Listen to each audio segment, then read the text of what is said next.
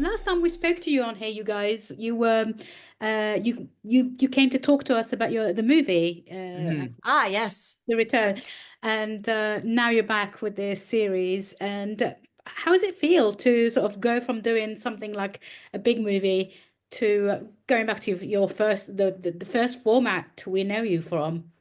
I mean, doing the movie was obviously incredible because it was coming off of 5 or 6 years of not doing this show. And so that big reunion and just like revving this engine back up was really exciting. But even though it was, quote unquote, a big movie, it was basically like 2.5 episodes and we shot it over the course of like a few weeks. And so, we were in and we were out and there wasn't a lot of time for sort of development or like getting back into it. I remember like by the last day, we were like, oh, we just sort of like got back into the groove. Like, and now we Settled have to Mm. stop stop. So getting to then go to the series and like have 26 episodes to really sit back into the show and like get back into that format on a longer term was really nice.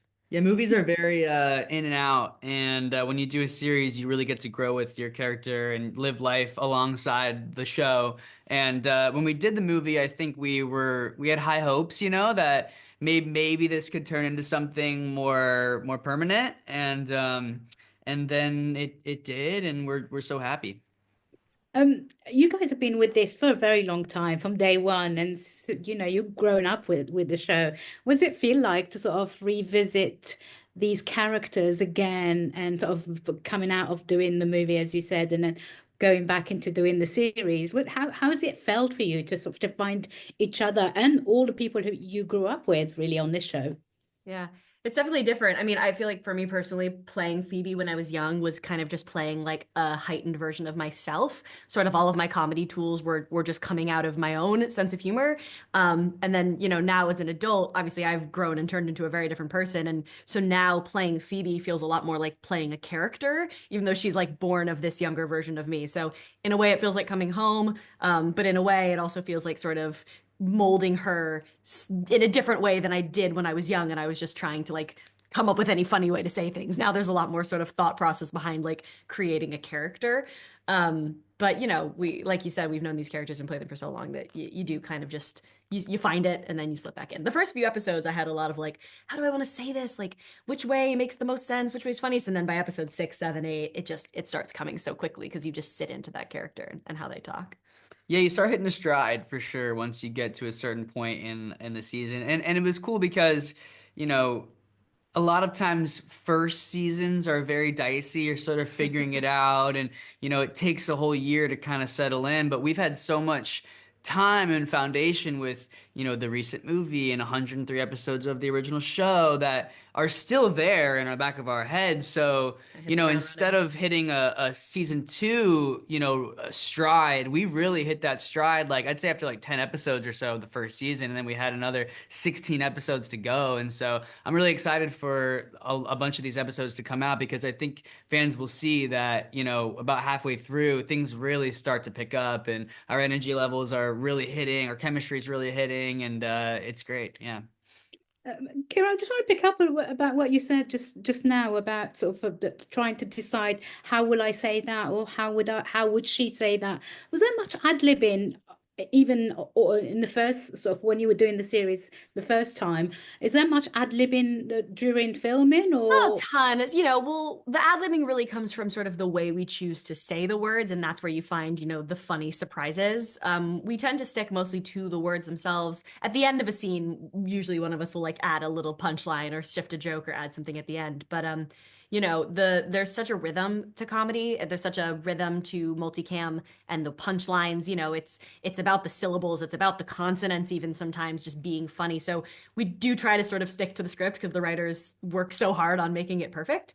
But in terms of figuring out how to say things, in the original series, we would have 3 days of rehearsal for every episode. And on this show, we had a half a day of rehearsal because we would rehearse 2 episodes in one day. So there was a lot more sort of deciding at home in our own time and our own prep and our own process, like, how do I want to plan to bring this to the table on the day? And then obviously you adjust depending on what your fellow actors do. But yeah, there's a lot of a slightly different prep process on this go than the original show. Jack, the tone of this is obviously very sort of heightened reality, not even heightened reality, really. It's a very sort of light and kind of silly and, but with loads of like like really hitting comedy. Mhm. Is that what kind of other genres are you really interested in, and what when you're working on, in a given script or Oh deciding, gosh. for example?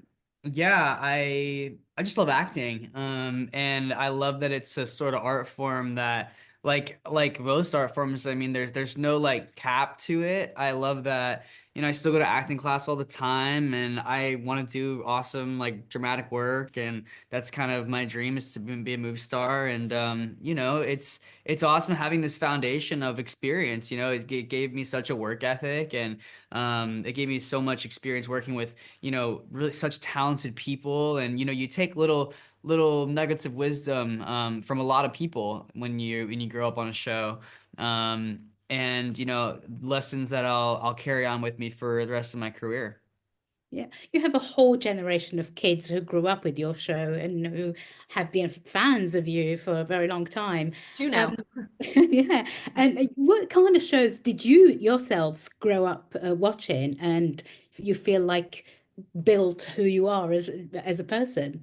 These types of Nickelodeon shows like Drake and Josh and Oh, stuff like that. Yeah, the Amanda Show. Yeah, I watched a lot of Nick and Disney shows for sure, but I also watched a lot of like the multicam sitcoms that aired on Nick at Night. So a steady diet of like The Nanny, Everybody Loves Fresh Raymond, Prince, Friends, like even like Frasier and Cheers and like which both shot on the with original Thundermans show. yeah, I just my parents, because my parents come from theater and multicam comedy is very similar to theater. My parents watched a lot of that growing up. The Big Bang Theory, like I went to a live taping of The Big Bang Theory for my 16th birthday. Like I was very much like a sitcom nerd even as a kid. So that definitely has informed all of this. We both watched some cartoon too, Oh and yeah, like animated shows, and our for showrunner sure. Jimmy who Neutron, created Thundermans worked on Jimmy Neutron and Pinky and Fairly the Odd Brain. He's Parents. got a very like animated sensibility. We've actually got a character, the voice of Cosmo from Fairly Odd Parents is now Thunderford, our virtual assistant in Thunderman's Undercover. So we both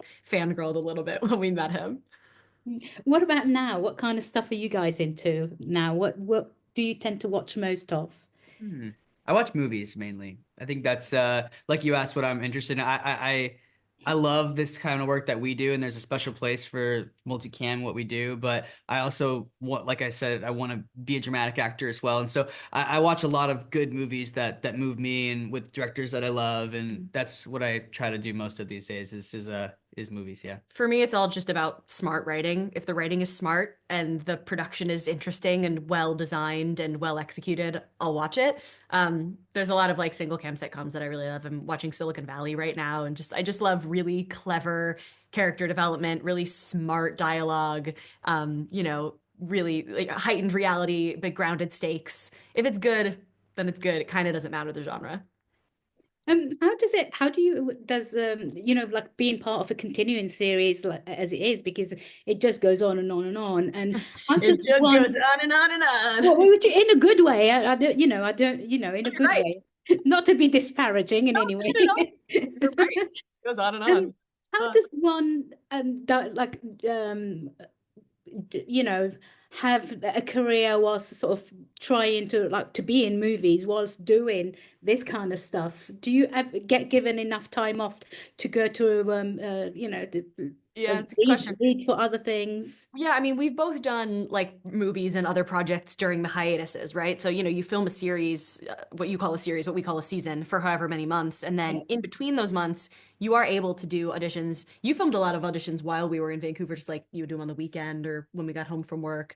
I got one big audition that I did have to pass because you don't have the time when you're learning 60 pages of dialogue a week, like to put in the effort and time sometimes that would need. So it's a balance. There's also like sometimes you're not allowed to do other projects. I mean, I booked a movie between seasons 3 and 4 of the original show that I wasn't allowed to do for Oh, content's sake. I know, which was absolutely heartbreaking. I think now we have more freedom as adults than we did as kids. But yeah, it just depends. Yeah, it's a good question. Yeah, we definitely still have exclusivity in our contracts, so whatever we book like has to be approved by the network, and that's a big deal. And I think that, it's an interesting question. Well, after the 6 years, that we were not doing the original show, I feel like me personally, I was kind of climbing my way back into big casting rooms. There's definitely a stigma when you're on a kids show. Casting directors sort of think of you as only being able to do that style of acting because, as you said, it's a very specific style of acting. So you definitely have to prove some people wrong that you actually know how to act. But I was definitely climbing that ladder, and the last couple years before we came back to do this show, I felt like I was breaking a lot of ground, and so when this kind of came around, it was a big decision to come back, and it ended up just being too great and perfect of an opportunity to pass up. And but at the same time, doing something like this is going to give me sort of legs and sort of freedom in my life to continue pursuing what I really want, which is having a career of longevity in the industry. Fantastic. I wish you both luck and congratulations again. Ladies and gentlemen, you're watching Hey You Guys! Hey, you guys! Hey, you guys! Hey, that's what they all say. Hey, you guys! Hey, you guys!